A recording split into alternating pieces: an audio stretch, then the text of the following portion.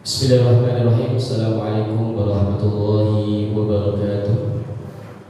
Alhamdulillahilladzi hadana li hada wa ma kunna linahtadiya laula an hadana Allah.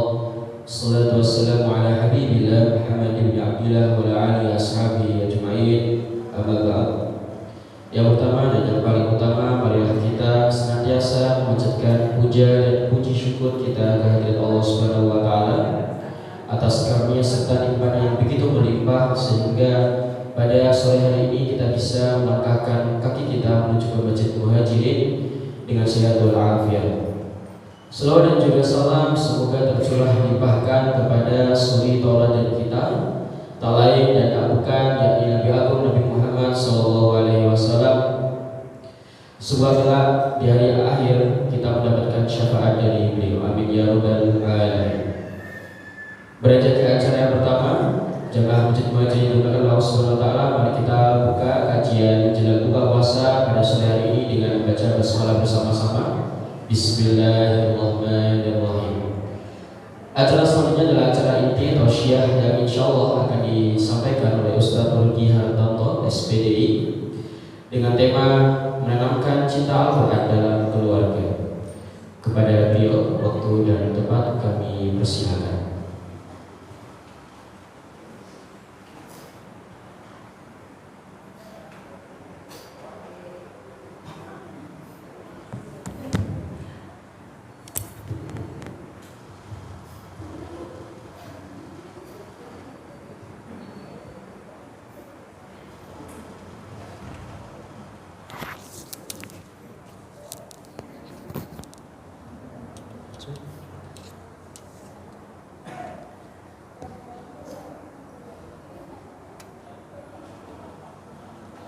Bismillahirrahmanirrahim. Assalamualaikum warahmatullahi wabarakatuh. Alhamdulillah wassalatu wassalamu ala Rasulillah wa ala alihi wa ashabihi wa man tabi'ahum bi ihsanin ila yaumiddin, amma ba'du. Alhamdulillah, di kesempatan sore hari ini kita bisa berjumpa dan bisa bermuwajahah, bermajlis ilmu, majlis yang insyaallah penuh dengan barakah, sebagaimana disebutkan dalam hadis Nabi, ma ijtama'a qaumun fi baitin min buyutillah, dan tidak ada sekelompok manusia yang berkumpul dalam satu majlis yang di dalamnya dibacakan ayat-ayatnya, dikaji ayat-ayatnya, melainkan Allah akan turunkan ketenangan kepada mereka yang hadir. Allah juga turunkan rahmat bagi yang hadir. Allah meliputi malaikat-malaikat untuk mereka yang hadir. Wa zakarallahu fi man 'inda, dan Allah senantiasa menyebut nama-nama yang hadir dalam majlis itu. Maka berbahagia sekali Bapak Ibu jamaah yang dirahmati Allah, di kesempatan sore hari ini kita bisa hadir dalam majlis ilmu, majlis zikir, majlis yang insyaallah full barakah, ya. Alhamdulillah, saat ini kita sudah memasuki bulan suci Ramadan, bulan yang kita nanti-nantikan, bulan yang penuh dengan ampunan dan rahmat, ya. Maka supaya kita menjadi golongan orang-orang yang muflihun, beruntung masuk bulan Ramadan ini, adalah dengan kita memperbanyak zikir-zikir kita kepada Allah, ya. Dan termasuk zikir itu adalah membaca Al-Quran. Dalam hadis riwayat Tirmizi, afdalu dzikri tilawatil Quran. Sebaik-baik zikir itu adalah membaca Al-Quran. Nah, untuk itulah Bapak Ibu hadirin dirahmati Allah, ada satu riwayat yang menyebutkan, ya, bahwa satu ketika ada sahabat yang bertanya kepada Nabi sallallahu alaihi wasallam, "Ya Rasulullah, di antara orang-orang mujahid itu mana yang paling besar pahalanya?" Maka kemudian Nabi menjawab, dari sekian mujahid yang ada, mereka yang berjuang di jalan Allah, yang paling banyak pahalanya adalah yang mereka paling banyak zikirnya, ya. Lalu kemudian sahabat ini bertanya lagi, "Ya Rasulullah, dari sekian banyak orang-orang yang menjalankan puasa, di antara mereka mana yang paling banyak pahalanya?" Maka kemudian Nabi menjawab, dari sekian banyak orang yang puasa, yang paling banyak pahalanya adalah mereka yang memperbanyak zikir kepada Allah. Kemudian sahabat ini bertanya lagi, dari sekian banyak orang-orang yang melaksanakan salat, mana yang paling banyak pahalanya ya Rasulullah? Maka Rasul pun lagi-lagi menjawab dengan jawaban yang sama, Bapak Ibu, bahwa orang yang paling banyak pahalanya dari sekian orang-orang yang mendirikan salat adalah mereka yang paling banyak zikirnya kepada Allah. Maka saat itu Abu Bakar As-Siddiq radhiyallahu anhu mendengar jawaban Nabi sallallahu alaihi wasallam bahwa dari sekian orang-orang yang beribadah, mereka yang berjuang fisabilillah, mereka yang salat, mereka yang puasa, yang paling banyak pahalanya adalah mereka yang berzikir. Maka Abu Bakar mengatakan, sungguh beruntung orang-orang yang memperbanyak zikirnya kepada Allah. Maka Nabi menjawab, ajal, benar. Nabi membenarkan apa yang menjadi pernyataan Abu Bakar As-Siddiq radhiyallahu anhu ketika beliau mendengar jawaban Nabi bahwa dari sekian banyak orang beribadah, yang paling banyak pahalanya adalah mereka yang memperbanyak zikir kepada Allah. Jadi kalau kita saat ini Bapak Ibu hadirin memasuki bulan Ramadan dan kita semuanya berpuasa, semua kaum muslimin berpuasa di bulan Ramadan ini, dan tentu pahalanya pasti berbeda-beda. Dari sekian banyak orang yang berpuasa, tentu pahalanya berbeda-beda. Dan di antara yang membedakan pahalanya itu adalah zikirnya seseorang kepada Allah Subhanahu wa taala. Maka Bapak Ibu, zikir kita ini yang kemudian harus kita perbanyak. Oleh karenanya dalam Al-Quran, kalau kita baca ayat-ayat yang di sana ada perintah untuk berzikir, pasti kita dapati ada kata kasir. Selalu ada kata kasir dalam perintah zikir. Contoh dalam surat Al-Jumu'ah, Allah berfirman, wadhkurullaha katsiran la'allakum tuflihun. Perbanyaklah zikir, zikirlah yang banyak supaya kalian jadi orang-orang yang beruntung. Dalam surah Al-Ahzab Allah juga menyebutkan, ya ayyuhalladzina amanu dzkurullaha dzikran katsiran. Zikirlah kepada Allah dengan zikir yang banyak. Masih di surah Al-Ahzab juga Allah menyebut waz-zakirina Allaha katsiran waz-zakirat. Az-zakirina Allaha katsiran. Orang-orang yang berzikir kepada Allah dengan zikir yang banyak. Nah, ternyata zikir inilah yang kemudian membedakan pahala-pahala orang-orang yang berpuasa, Bapak Ibu. Maka untuk kita mendapatkan pahala yang banyak dalam kondisi kita berpuasa, perbanyak zikir.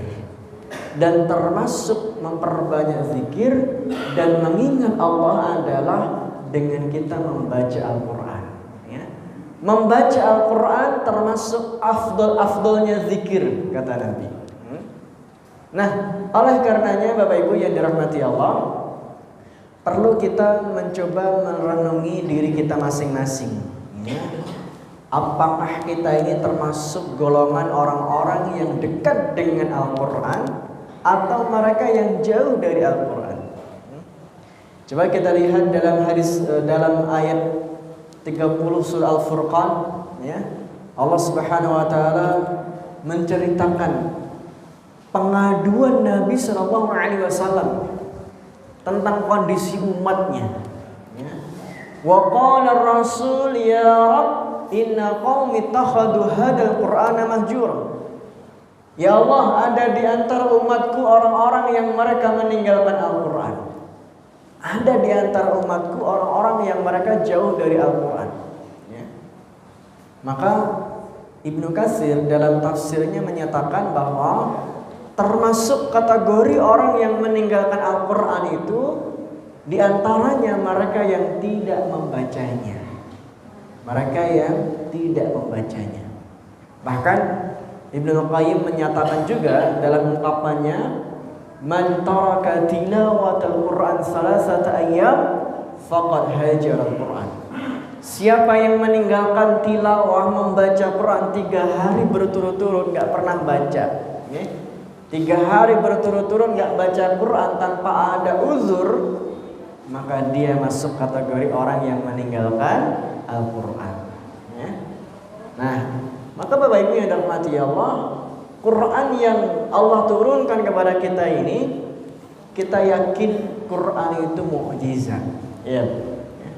Kita meyakini itu, bahwasanya Quran itu adalah mukjizat. Kalau kita lihat mukjizat-mukjizat para nabi dan rasul sebelum Nabi Shallallahu Alaihi Wasallam, ternyata mukjizat itu selalu identik dengan keajaiban. Ya. Mukjizat itu identik dengan sesuatu yang di luar kemampuan manusia biasa. Ya. Coba kita lihat mukjizatnya Nabi Sulaiman. Ya. Apa mukjizatnya Nabi Sulaiman, Bapak Ibu? Ya. Bisa memahami bahasa binatang. Ya. Dia juga menjadi seorang raja, seorang nabi yang pasukannya bukan hanya dari kalangan manusia, pasukannya dari kalangan jin, termasuk jin ifrit menjadi pasukannya Nabi Sulaiman. Ya. Kemudian juga apa? Pasukannya dari hewan, binatang. Dan di antara binatang yang menjadi pasukannya Nabi Sulaiman, yang membawa berita yang sangat besar dan membawa perubahan dakwah Islam di negara Yaman ketika itu, adalah burung hudhud. Angin juga menjadi pasukannya Nabi Sulaiman. Angin bisa menerbangkan Nabi Sulaiman kemana Nabi Sulaiman pergi. Ini di luar kemampuan manusia, Bapak Ibu. Di luar kemampuan manusia. Kita lihat mukjizat Nabi yang lain. Nabi Daud.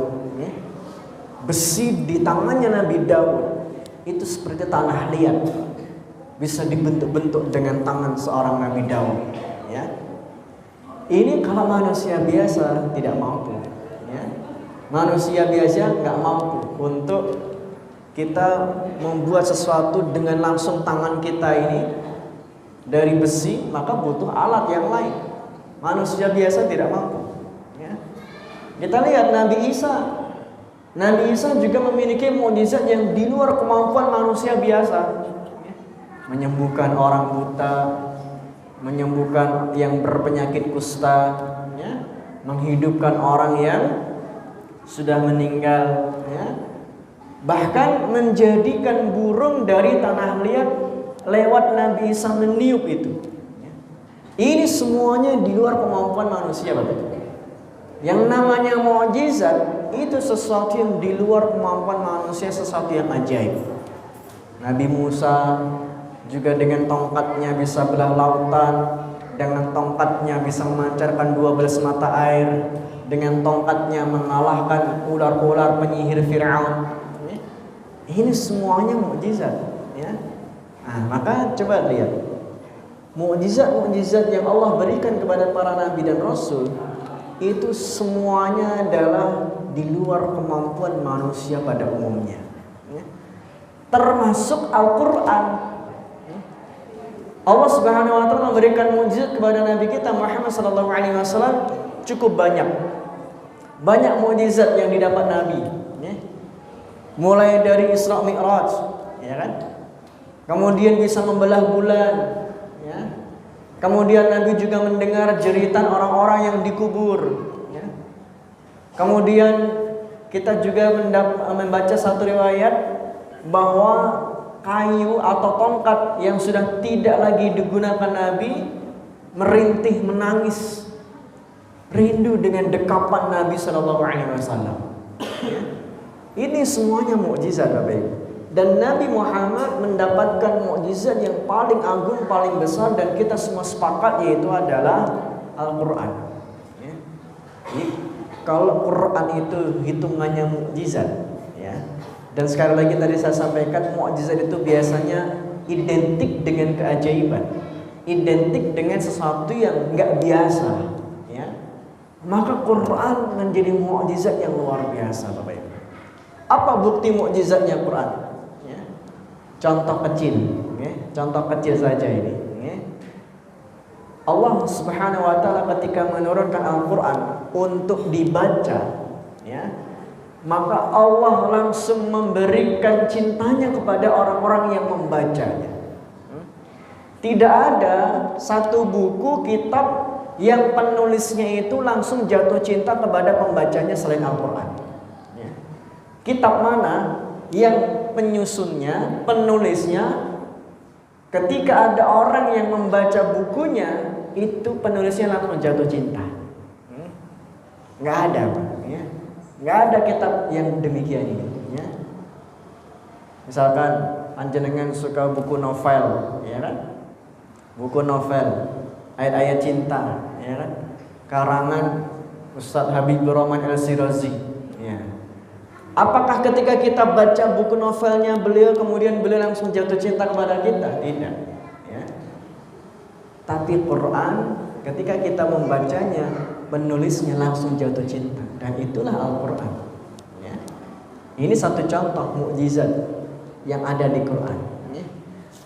Mukjizat yang lain dan yang ada di Quran, Bapak Ibu, yang itu berbeda dengan buku-buku kitab-kitab biasa.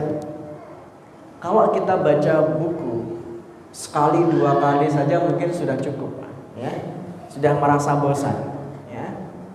Tapi mana ada orang yang merasa bosan ketika dia membaca Al-Quran?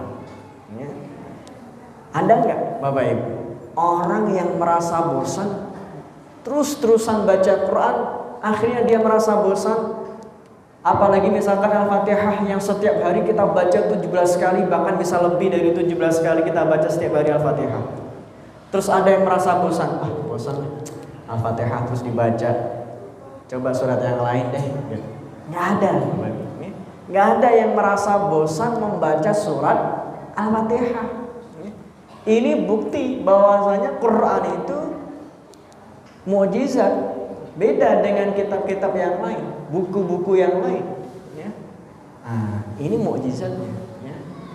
Satu contoh lagi, bukti bahwasanya Quran itu mukjizat, Bapak Ibu, bahwa Al-Quran yang bisa merubah tatanan masyarakat yang tadinya jahiliyah, masyarakat yang rusak itu menjadi masyarakat yang penuh dengan peradaban, menjadi masyarakat yang penuh dengan peradaban. Ya. Dan inilah Al-Quran yang merubah itu semuanya. Ya. Nah, oleh karenanya kita semua sepakat bahwasanya Quran itu mukjizat. Ya. Nah, lalu bagaimana jadinya ketika Quran itu masuk dalam diri manusia? Ya. Kalau Quran itu sesuatu yang luar biasa, mukjizat, identik dengan keajaiban, di luar nalar kemampuan manusia pada umumnya, bagaimana jadinya ketika Quran itu ada dalam diri manusia? Ya. Quran saja ketika berada di sebuah kertas, Bapak Ibu, ya. Quran saja ketika di sebuah kertas yang tadinya mungkin kertas ini nggak ada tulisannya, kertas kosong, nggak ada nilainya, nggak ada harganya. Mungkin kalaupun kita menginjak pun juga boleh-boleh saja, kertas kosong, ya kan? Nah, atau mungkin ya kita buang di tempat sampah, ya kan? Tempat-tempat yang kotor boleh-boleh saja. Ini kertas kosong, nggak ada tulisan. Tapi coba kertas yang kosong ini kita tuliskan 1 atau 2 ayat dari Al-Quran. Ya. Ketika kita menuliskan 1-2 ayat dari Al-Quran di atas kertas kosong tadi, yang tadinya nggak ada nilainya, yang tadinya tidak berharga, karena ada 2 ayat Al-Quran yang tertulis di kertas kosong tadi, ini pun jadi mulia. Ya kan? Kertas ini jadi mulia, Bapak Ibu, yang akhirnya kita tidak boleh buang di sembarangan tempat, buang di tempat sampah, ya. Apalagi kemudian kita injak, ya. Kertas yang tadinya kosong, nggak ada harganya, jadi mulia karena ada ayat Al-Quran. Nah, Inilah istimewanya Al-Quran Bapak Ibu yang dirahmati Allah. Maka untuk itu kemuliaan seseorang bisa dilihat dari sejauh mana dia bersama Al-Quran. Kemuliaan seseorang itu bisa dilihat diantaranya adalah sejauh mana dia bersama Al-Quran. Karena ada hadis Nabi yang mengatakan, yuqalu li sahibil Quran, iqra warqa warattil kama kunta tirattil fid dunya fa inna manzilataka 'inda akhir ayatin taqrawha. Jadi dalam hadis ini di hari kiamat Allah akan memerintahkan orang-orang yang pernah membaca Quran ketika di dunia. Allah perintahkan iqra, bacalah, warqa, dan naiklah ke tingkatan surga yang lebih tinggi, warattil, dan tartilkanlah bacaan kalian kama kunta tirattil fid dunya, sebagaimana kalian mentartilkan Al-Quran di dunia. Fa inna manzilataka 'inda akhir ayatin taqrawha, kedudukan kalian di surga ditentukan akhir ayat yang kalian baca. Kedudukan kalian di surga ditentukan akhir ayat yang kalian baca. Jadi semakin banyak Quran yang kita miliki, yang kita baca, itulah yang akan mengangkat derajat kita Bapak Ibu, ya.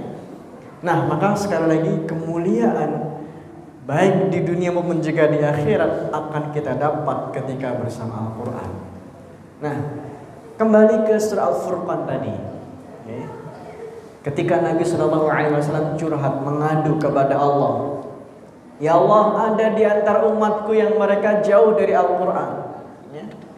Maka kalau tadi Ibnu Katsir menafsirkan, orang yang jauh dari Quran, mereka yang tidak membacanya, mereka yang tidak mentadaburinya, mereka yang tidak mau menghafalkannya, mereka yang tidak mau menjalankan perintahnya, dan justru berpaling kepada yang lain. Nah, untuk itulah Bapak Ibu, supaya kita tidak termasuk kategori orang yang jauh dari Al-Quran, dan akhirnya kita menjadikan diri kita cinta dengan Al-Quran, ya.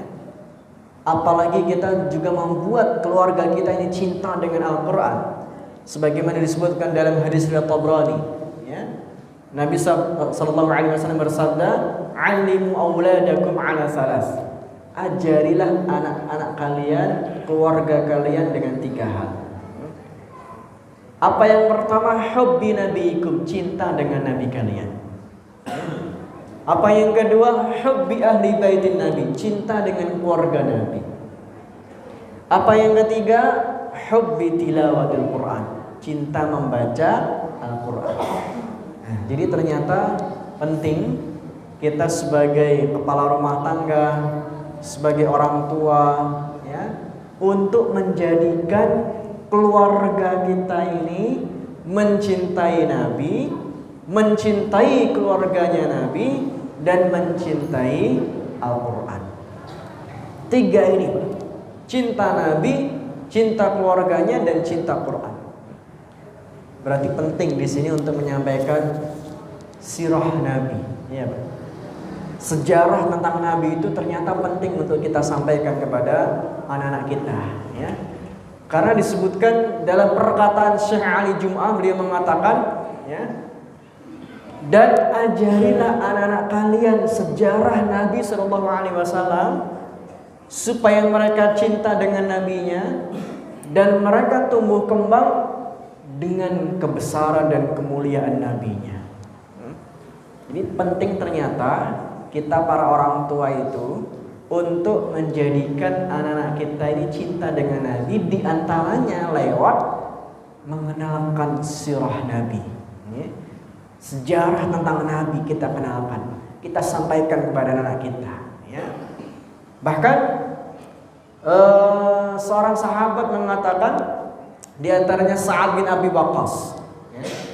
Sa'ad bin Abi Waqqas menyebutkan, kunna nu'allimu auladana, kami ini mengajarkan anak-anak kami maghazi Rasulillah sallallahu alaihi wasallam kama nu'allimuhul Quran.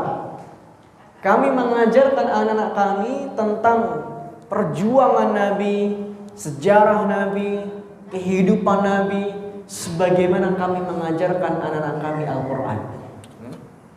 Jadi ternyata pelajaran Quran dan pelajaran sirah Nabi itu harus beriringan, Bapak Ibu. Ya, harus beriringan. Ya. Maka untuk menjadikan mereka cinta Nabinya sehingga Nabi menjadi idola anak-anak kita, ya. Kemudian Quran juga menjadi sesuatu yang mereka cintai, ya. Kita dekatkan mereka dengan yang namanya sirah Nabi dan juga dekatkan mereka dengan Al-Quran ini, ya. Nah, bagaimana mendekatkan dengan Al-Quran? Minimal yang pertama yang bisa kita lakukan sebagai orang tua adalah menjadikan Al-Quran itu sesuatu yang sering didengar, ya. Jadi menjadikan diri kita dan keluarga kita, Al-Quran itu sesuatu yang sering dan nikmat untuk didengar, ya. Karena kalau kita baca dalam surat Al-A'raf ayat 204, di sana ada ayat yang berbunyi, wa idza quri'al Qur'an fastami'u lahu wa ansitu la'allakum turhamun. Apabila dibacakan Al-Quran, maka dengarkanlah dengan seksama supaya kalian mendapatkan rahmat, ya. Jadi mendengar dalam bahasa Arab itu ternyata ada tingkatannya, Bapak Ibu, ya. Allah menggunakan 3 kata untuk mendengar dalam Al-Quran itu. Yang pertama itu dengan kata sami'a, ya. Sami'a. Jadi kalau dalam bahasa kita Indonesia ini sudah diserap ke dalam bahasa Indonesia dengan kata simak, ya. Menyimak, mendengar, ya. Jadi yang pertama dengan kata sami'a, 3 huruf, sin, mim, ain, ya, mendengar. Nah, sami'a dalam bahasa Arab mendengar itu hanya sekedar berlalu, ya dengar-dengar aja. Mungkin kita sambil beraktivitas, mungkin kita dengar Quran ya sambil nyupir, mungkin kita dengar Quran ya sambil kita bekerja, ya. Nah, itu namanya sami'a, ya. Jadi mendengar tapi kita sambil juga beraktivitas yang lain, ya. Nah, yang kedua, mendengar itu dengan kalimat istama'a dalam Al-Quran, ya. Istama'a, ada tambahan huruf, ya. Ada tambahan hamzah wasal, kemudian ada tambahan ta, istama'a, ya. Nah, jadi 5 huruf. Yang tadinya sami'a 3 huruf, istama'a 5 huruf. Artinya sudah berbeda, Bapak Ibu. Istama'a maknanya juga mendengar, tapi makna sesungguhnya mendengar dengan seksama, mendengar dengan perhatian, ya. Jadi dengan fokus, tidak disambil yang lain, ya. Nah, makanya kalau kita baca dalam surah Al-A'raf ayat 204 tadi, perintah Allah kepada kita ketika Allah perintahkan kita untuk mendengar Al-Quran itu dengan kalimat apa? Fastami'u. Fastami'u. Istama'a, dari kata itu, ya. Jadi maknanya Allah perintahkan kita, ayo dengar Quran dengan baik, dengar Quran dengan seksama, dengerin Quran dengan konsentrasi. Nah, jangan disambi yang lain, ya. Nah, maka dengan itu la'allakum turhamun, supaya kalian mendapatkan rahmat. Jadi untuk bisa mendapatkan rahmat dengan mendengar itu dengan kita menyimak dengan fokus, ya. Kalau hanya sekedar dengar-dengar aja, gitu ya. Biasanya nih, misalkan hari Jumat biasanya sebelum Jumatan biasanya di setel murotal dulu, ya kan, ya. Nah, sebelum Jumatan itu biasanya di setel murotal dulu di masjid-masjid itu, ya. Nah, kalau hanya sekedar di setel murotal, kita mendengar sambil berlalu, sambil beraktivitas, nah ini nggak akan turun rahmat, ya. Rahmat tidak akan turun, tapi rahmat akan turun ketika kita mendengarnya dengan seksama, dengan perhatian. Nah, jadi itulah yang kemudian Allah sampaikan dalam surat Al-A'raf ayat 204 itu. Ya. Kemudian yang selanjutnya Bapak Ibu yang dirahmati Allah, ternyata Nabi Shallallahu Alaihi Wasallam pun juga beliau orang yang sangat suka mendengar ayat-ayat Al-Quran dibaca. Ya.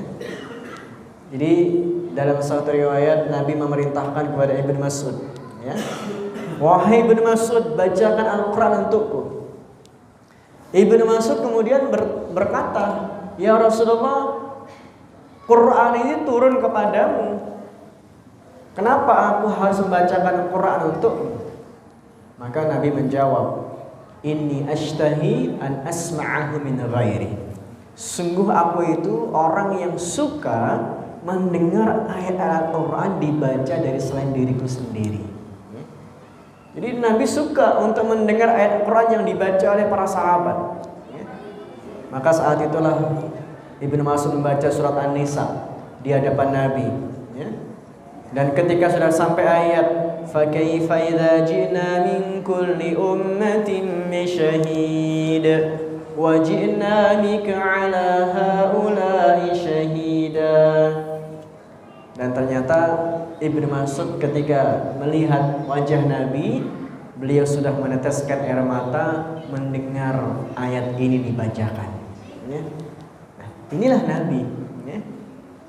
Kemudian yang selanjutnya, kalau kita baca surat Al-Jin ayat pertama, dalam surat Al-Jin Bapak Ibu ayat yang pertama, bagaimana Allah mengkisahkan bangsa jin yang hanya mendengar Al-Quran saja, itu sampai Allah berikan hidayah, hanya mendengar dengan seksama.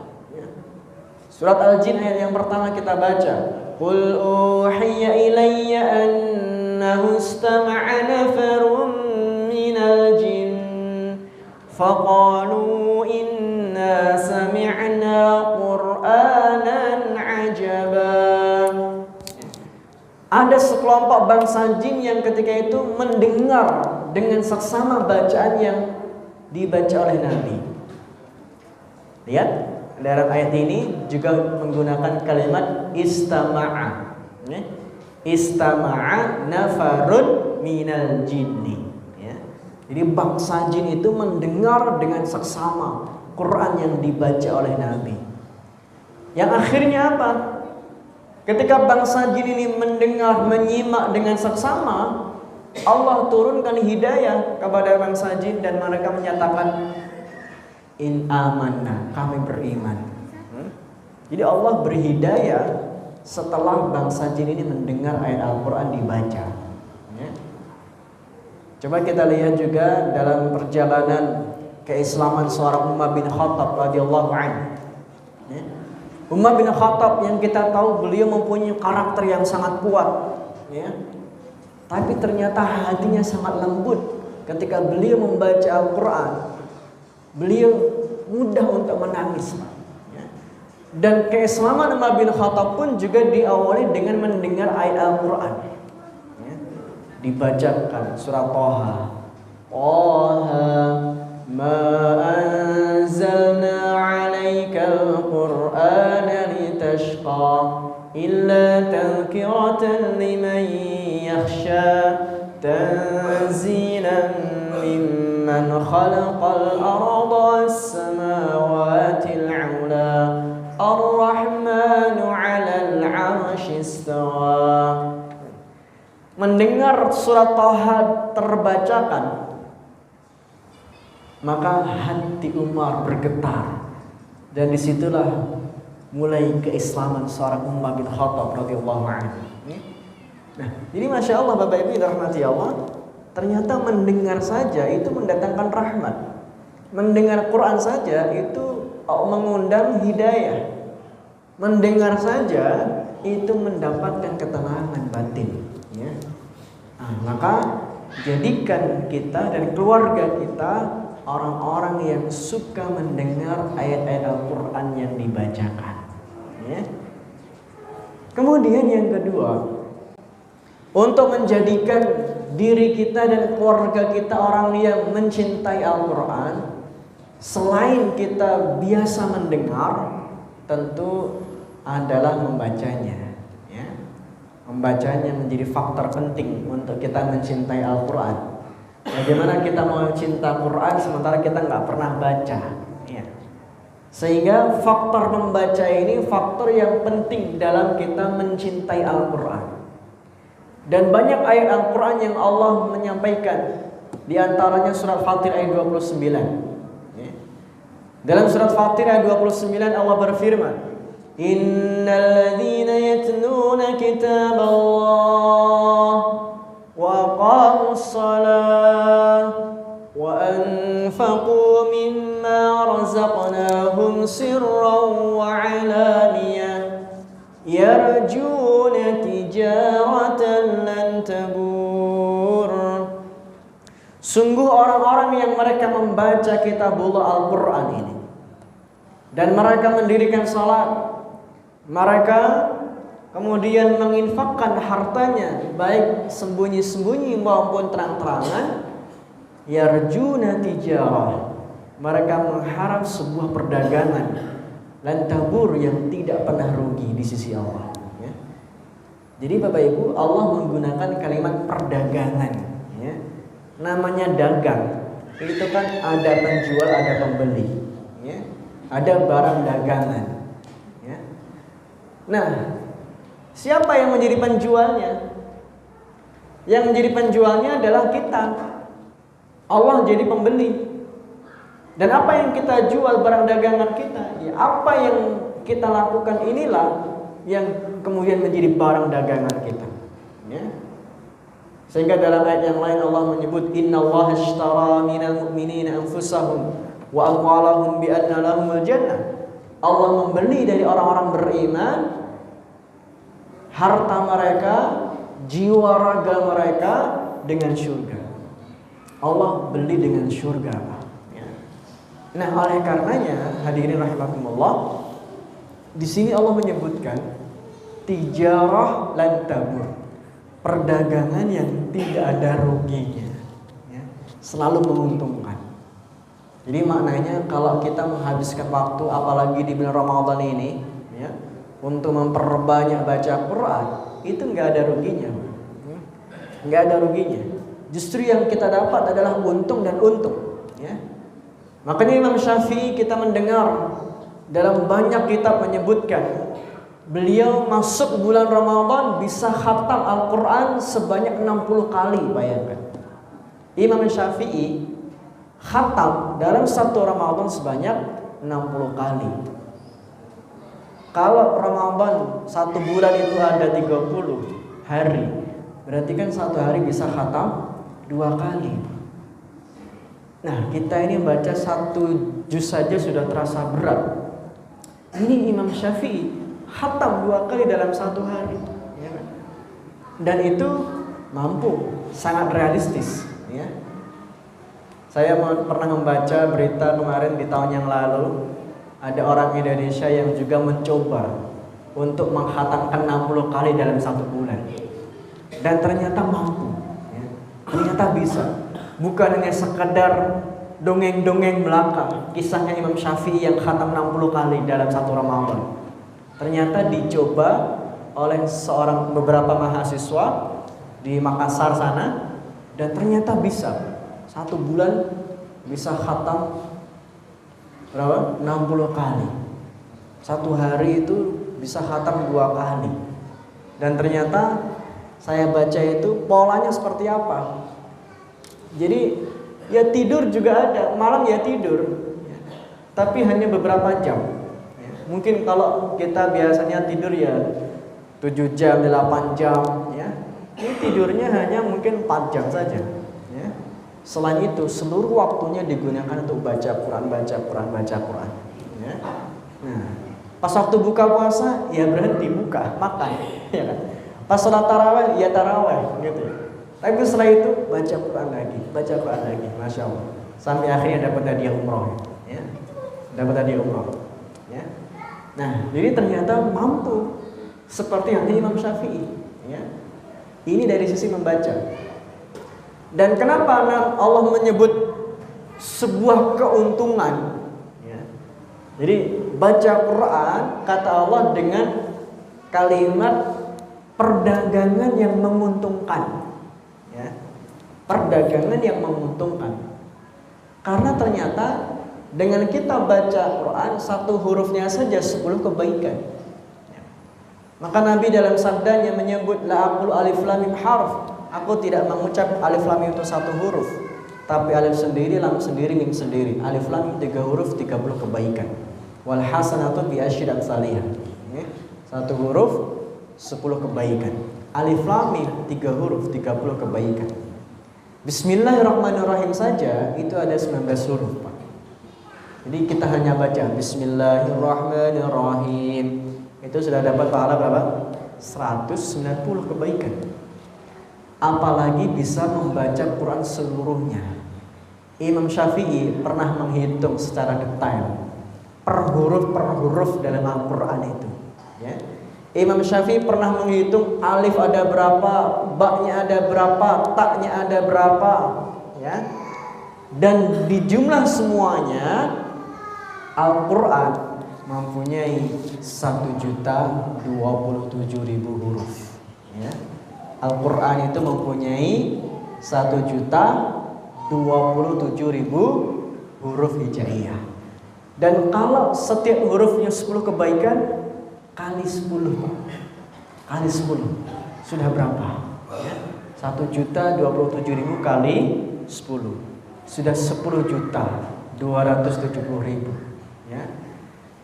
Apalagi di bulan Ramadan dikalikan lagi, bahkan 70 kali lipat sampai Allah yang Maha mengetahui lipatan-lipatannya. Misalkan saja 70 kali lipat, ya. 10.270.000 kali 70 saja itu sudah 700-an juta. Ya.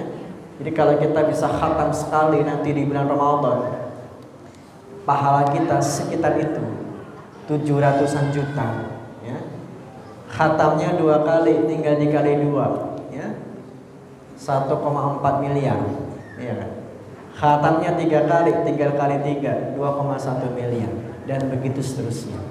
Nah, inilah cara kita untuk menjadikan Quran itu sesuatu yang kita cintai dengan membacanya, ya, dengan membacanya, Bapak Ibu. Ya. Sudah mau menjelang maghrib. Berapa menit lagi? Ya. Oke. Ya. Saya sudahi 3 menit lagi nih untuk persiapan. Ya. Nah, kemudian yang terakhir Bapak Ibu yang dirahmati Allah, yang terakhir bahwa kita akan bisa mencintai Al-Quran, ya, ketika kita mampu untuk mentadaburinya. Ya. Kita akan lebih cinta lagi dengan Al-Quran ketika kita mampu untuk memahami makna-maknanya. Karena di balik ayat yang Allah turunkan memiliki makna yang begitu dalam dan bahkan menjadi jawaban bagi setiap permasalahan-permasalahan yang kita hadapi. Ya. Apapun masalah yang kita hadapi, Bapak Ibu, kembalikan ke Quran. Masalah rizki, balik ke Quran. Allah sudah memberikan satu solusi. Wa may yattaqillaha yaj'al lahu makhraja wa yarzuqhu min haitsu la yahtasib. Siapa yang takwa, Allah kasih jalan keluar. Siapa yang takwa, Allah kasih rizki. Ada yang mungkin dia punya sawah kering, gak ada hujan, ada jawabannya di Quran. Untuk mendapatkan hujan, Allah jawab dengan surat Nuh ayat 10-11. Yursilis sama alaikum midrar. Allah turunkan air hujan dari langit. Jadi semua permasalahan yang kita hadapi ternyata sudah ada jawabannya di Quran. Ya. Kita dapat musibah nih, ujian berat, kembalikan ke Quran. Baca ayat akhir Al-Baqarah itu. La yakallifullahu nafsan illa wus'aha. Ya. Allah tidak membebani kepada seseorang hamba di atas kemampuannya. Berarti kalau kita diuji, maka berarti sama dengan Allah mempercayakan kita untuk menerima ujian itu dan yakin Allah melihat diri kita adalah orang yang kuat. Kita baca juga ayat yang lain, inna ma'al usri yusra. Di balik kesulitan pasti ada kemudahan. Semua ada jawabannya di Quran, ya. Kita ingin keajaiban apapun ada di Quran jawabannya, ya. Nah, maka inilah cara kita untuk mencintai Al-Quran dengan kita memahami maknanya, bukan hanya sekedar baca. Maka pastikan Ramadan kita tahun ini, satu, kita punya target mendengar, kita punya target mengkhatamkan tilawah minimal sekali, dan tambahkan satu lagi, targetkan bisa khatam baca arti terjemahnya, supaya kita semakin cinta dengan Al-Quran. Nah, maka Bapak Ibu yang dirahmati Allah, semoga yang sedikit ini bisa memberikan pencerahan dan motivasi untuk saya pribadi khususnya, dan panjenengan semuanya, untuk terus kita menjadikan diri kita, keluarga kita, orang-orang yang mencintai Al-Quran. Karena dengan cinta Al-Quran menjadi bukti cinta kita kepada Allah, menjadi bukti cinta kita kepada Rasulnya, dan sebagai usaha untuk kita bisa menaikkan derajat kita di dunia maupun juga di akhirat. Karena dalam hadis Bukhari Muslim dikatakan, innallaha yarfa' bihadzal kitabi aqwaman wa yadh'u bil akhirin. Allah angkat derajat orang yang bersama Quran dan Allah rendahkan orang yang jauh darinya. Semoga bermanfaat. Mohon maaf banyak kekurangan. Aku qouli hada astaghfirullah li wa lakum. Dan masih ada waktu untuk kita persiapan ya, untuk berbuka. Dari saya sekian. Billahi taufiq wal hidayah. Wassalamualaikum warahmatullahi wabarakatuh. Waalaikumsalam warahmatullahi wabarakatuh. Jazakumullah khairan kepada Ustaz Rudi Hardarto atas pemaparan materi yang begitu luar biasa pada hari ini. Ada banyak hal yang bisa kita dapatkan pada sore hari ini. Ini salah satunya adalah bahwa ada beberapa hal yang perlu kita ajarkan dalam keluarga kita, dalam rangka membangun keluarga yang mencintai Al-Quran. Yang pertama adalah mengajarkan tentang perjuangan Nabi Muhammad dan juga keluarganya. Yang selanjutnya adalah mencintai Al-Quran. Yang pertama adalah membiasakan untuk mendengarkan Al-Quran. Mendengarkan di sini bukan hanya mendengarkan disamping dengan yang lain, karena lafaz dalam Al-Quran memakai kata fastami'u yang artinya mendengarkan dengan seksama. Kemudian selanjutnya adalah terbiasa untuk membaca dan selalu baca Al-Quran. Baik jamaah muhajirin yang dimuliakan Allah Subhanahu wa taala, acara yang terakhir adalah penutup. Sebelum kami tutup, diberitahukan karena masih ada sekitar 5 menit lagi bagi yang belum memiliki wudhu bisa untuk mengambil wudhu terlebih dahulu. Dan kita tutup sore hari ini dengan membaca doa kafaratul majlis bersama. Subhanakallahumma wa bihamdika asyhadu an la ilaha illa anta astaghfiruka wa atubu ilaik. Walhamdulillahirabbil alamin. Bila bisabiha wassalamu alaikum warahmatullahi wabarakatuh.